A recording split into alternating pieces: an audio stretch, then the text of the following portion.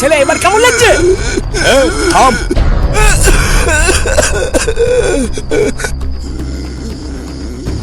কথায় আছে অতিবার বেরো না, ঝড়ে পড়ে যাবে। তা এখন কেমন লাগছে? সেটার রস সব বেরিয়েছে? খানকির ছেলে, যার খাবি পড়বি তার গাড়ি লাথি দিবি। শালা এই গ্রামের 3 বারের এমএলএ আমি, সবাই আমার নাম শুনলে প্যান্টে মুড়তে দেয়। আর তুই কিনা বাঞ্চোত লোকের কাছে আমার নামেই কান ভাঙাস। আর গুরু, আমি নিজের কানে শুনেছি এই গ্রামে নাকি এই খানকি ছেলে তোমার বিরুদ্ধে ভোটে ক্যান্ডিডেট দাঁড় করাচ্ছে। হ্যাঁ, তাই নাকি রে বুড়ো? চোরের বাচ্চা, এই বয়সে তো নিজেরই ঠিক মতন দাঁড়ায় না, আবার তুই দাঁড় করাবি ক্যান্ডিডেট? এই গ্রামের মানুষ জানে না তুই কত বড় একটা বেজন্মা। অপেক্ষা কর, তোর সময় ঘনিয়ে এসেছে। এইবার ভোটে তুই আর এই গ্রামে টিকতে পারবি না। শালা বাল পাকা বুড়োর বাল কটা সব ঝরে গেছে, কিন্তু রস এখনো মেটেনি দেখছি। হ্যাঁ, এই বুড়োর এমন এমন জায়গায় কেলাবি যাতে ডাক্তার ওর চিকিৎসা করতে না পারে। শালা বাঞ্চোত ঝাড় পাকা বুড়ো ফালতু ফালতু আমার একটা ভোটার কমিয়ে দিল।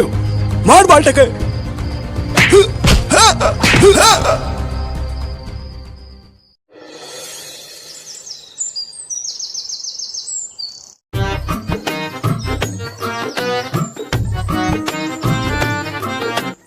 মাঝরাতে আমি ওই আওয়াজ শুনেই বুঝতে পেরেছি এইটা কোনো নর্মাল আওয়াজ না, ঘরের নিঘাত কোনো চোর ঢুকেছে।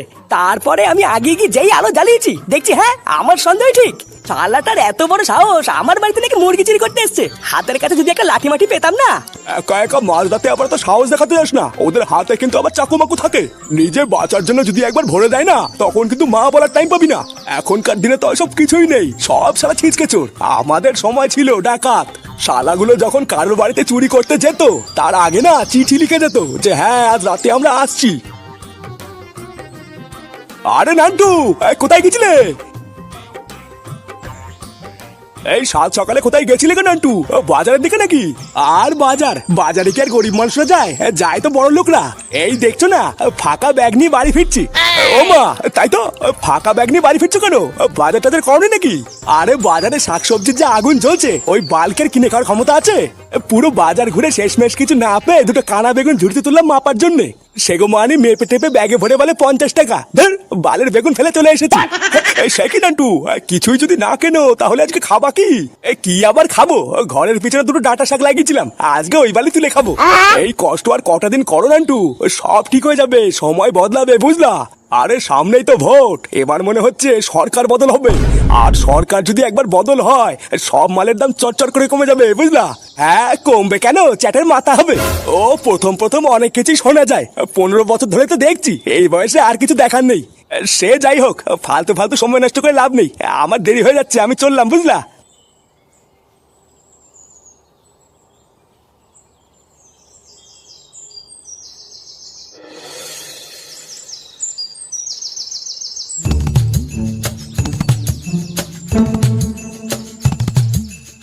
বাজারের ব্যাগ নিয়ে তো হাতাহাতি করার কি আছে? ব্যাগে কিছু নেই।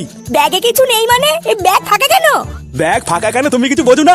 লেওড়া পকেট ফাঁকা, তাই ব্যাগও ফাঁকা। পকেট যখন ফাঁকা তখন সকাল সকাল ব্যাগ নিয়ে কোথায় কার মারাতে গেছিলে? আমি সেই 1 ঘন্টা ধরে বসে আছি কখন তুমি বাজার নিয়ে আসবে আর আমি রান্না চাপাবো, আর এখন এসে বলছো পকেট ফাঁকা। এই দেখো গিন্নি, এই বাজারের যে অবস্থা না, আমি কিন্তু তোমাদের পরিষ্কার বলে দিচ্ছি, এই কালকে থেকে আমি আর তোমাদের খাওয়াতে পারবো না।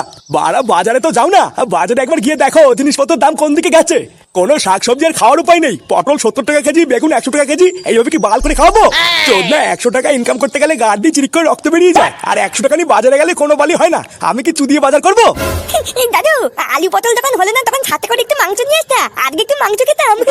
শান্তির ছেলে, সেটাই পাড়া মেরে না জন্মের মতন মাংস কিনে দেবো, বুঝলা? ওকে উল্টোপাল্টা বলছো কেন? ওকে তোমার পাকা ধানে মই দিয়েছো নাকি? ফাঁকা ব্যাগ নিয়ে তো সঙ্গের মতন বাড়িতে ফিরে এসেছো, তাই এবার কি রান্না করবো আমি? কি আবার করবে? ঘরের পিছন থেকে দুটো ডাটা শাকের পাতা ছেড়ে ভাজা করো আর ভাত করো। ভোদা, আমার দ্বারা আর বাজার করা সম্ভব না, আজ থেকে ওই বাল ছালি খেয়ে থাকবো। এই কি? আরে না, ওইসব রাজনীতির ভিতরে আমি নেই। তোরা পাগল চোদার মতন উল্টোপাল্টা কথা বলতে হবে না, আমি ওইসব ভোটে মোটে দাঁড়াতে পারবো না। আরে ভোটার বল, আমরা পাগল চোদার মতন কথা বলছি না রে, আমরা যা বলছি তোর ভালোর জন্যই বলছি। এই তুই যদি ভোটে দাঁড়িয়ে একবার জিতে যাস, তাহলে বুঝতে পারছিস তোর হাতে কত পাওয়ার থাকবে। এই দেখ, ওইসব পাওয়ারের লোভ না এই পোল্টুকে দেখাবি না, এই পোল্টুর হাতে না এমনিতেই অনেক পাওয়ার আছে। ওইসব রাজনীতির নোংরা খেলা ছোটবেলার থেকে আমার পছন্দ না, তাই ওইসব ফালতু কথা বলে লাভ নেই। আরে গুরু, ফটো তো ঠিকই বলছে, ও কি খারাপ বলছে নাকি? আর তাছাড়াও তুমি আর কতদিন বলো তো এই সামান্য একটা বালচা ক্লাবের প্রধান হয়ে থাকবা? একটু চেঞ্জ করো নাকি? হ্যাঁ বাড়া, তোরা একটু ভালো করে পোল্টুকে বোঝাতো, এই বালটা কিছুতেই আমার কথা বুঝতে পারছে না।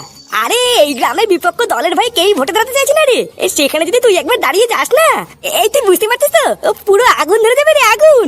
দেখ ফুটো, আমি ছোটবেলা থেকেই এই ভাতারমারি গ্রামের দুর্দশা আর হাহাকার দেখে বড় হয়েছি। এই ভাতারমারি গ্রামের ছেলে হিসাবে আমিও চাই যে এই গ্রামের উন্নতি হোক, কিন্তু তার জন্য আমি নিজে রাজনীতি পথে নামতে পারবো না। আরে পল্টুতে, রাজনীতি ছাড়াও তো এই গ্রামের উন্নতি করা সম্ভব না, সেটাও তো তুমি জানো। আর তাছাড়াও তুমি হলে শিক্ষিত বুদ্ধিমান ছেলে, এই গ্রামের সবাই তোমাকে চেনে, তাহলে তোমার সমস্যাটা কোথায়? সমস্যাটা যে কোথায় এটাই তোরা বুঝবি না। এই ভাতারমারি গ্রামের রাজনীতি মানে হিংসা, মারামারি আর খুনোখুনি, সেটা আমিও জানি আর তোরাও খুব ভালো করে জানিস। আর তাছাড়াও দিনের শেষে আমার একটা পরিবার আছে, বয়স্ক বাবা, বউ, মেয়ে, ও আমার দ্বারা রাজনীতি হবে না। ও বাড়া, তুই তাহলে চোদন খাওয়ার ভয় পাচ্ছিস? তুই এটা আগে বলবি তো। এই ভোটার বল, তুই এত ভয় পাচ্ছিস কেন? আমরা আছি তো নাকি? কেউ তোকে হাত লাগিয়ে দেখুক না, তোর গাড় আমরা ভেঙে দেবো। কি রে বাড়া গেলো, আমি ঠিক বললাম তো? তোরা কিছু বল। হ্যাঁ গো পটুদা, আমরা আছি, তুমি কোনো চাপ নিও না, ও আমরা দেখে নেবো। এই ভোটে দাঁড়ানোর জন্য তুই শুধু রেডি হয়ে থাক, বুঝলি? বাকি যা যা করে আমরা সব করে নিচ্ছি।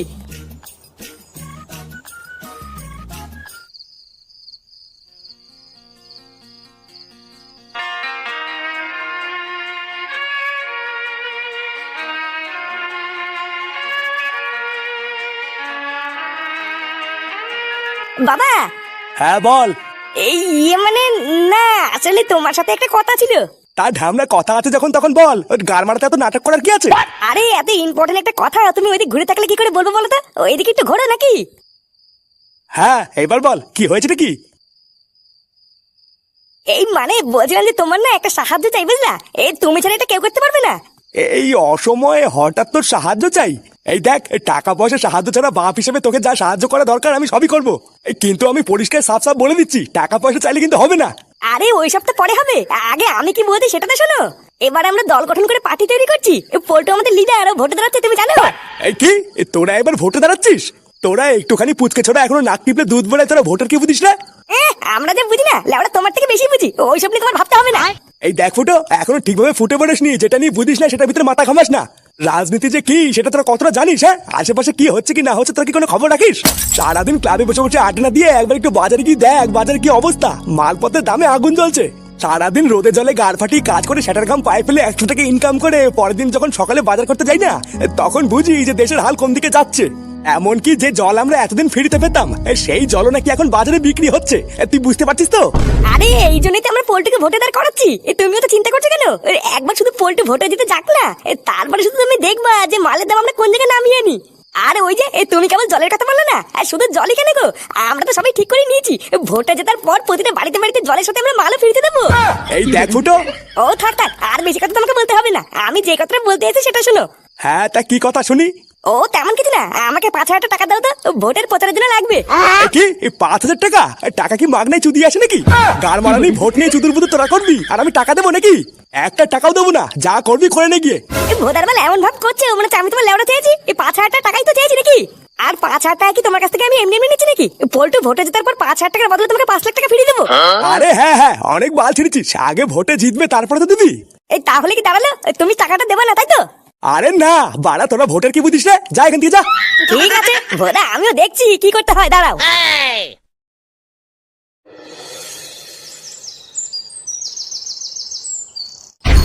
দেখেছিস তো গুরুকে কেমন সেক্সি লাগছে ছবিতে? সালা একবার এই ছবিতে গুরুকে যে দেখবে না, সেই সালা প্রেমে পড়ে যাবে। এটা খারাপ বলিস নি, আমাদের গুরু কিন্তু আবার জিতছে, কি বলিস? আরে সালা আমাদের মশাল চিহ্ন কি যাই তাই নাকি? এর একটা ঘাপ আছে বুঝলি, ওইসব ভোটের প্রচার মোচার তো আমরা নামে করি, এইসবের কি দরকার আছে? পাবলিকের ভালোবাসায় না গুরু এমনি জিতে যাবে। আরে হয়েছে হয়েছে, আর তেল মাখাতে হবে না তোদের। আরে না না গুরু, তুমি যে কি বলো না, তেল কোথায় মাখাচ্ছি, এটা তো তোমার প্রাপ্য। আচ্ছা ওইসব ছিনালি বাদ দে, আগে আমি কি বলছি ওটা মন দিয়ে শোন।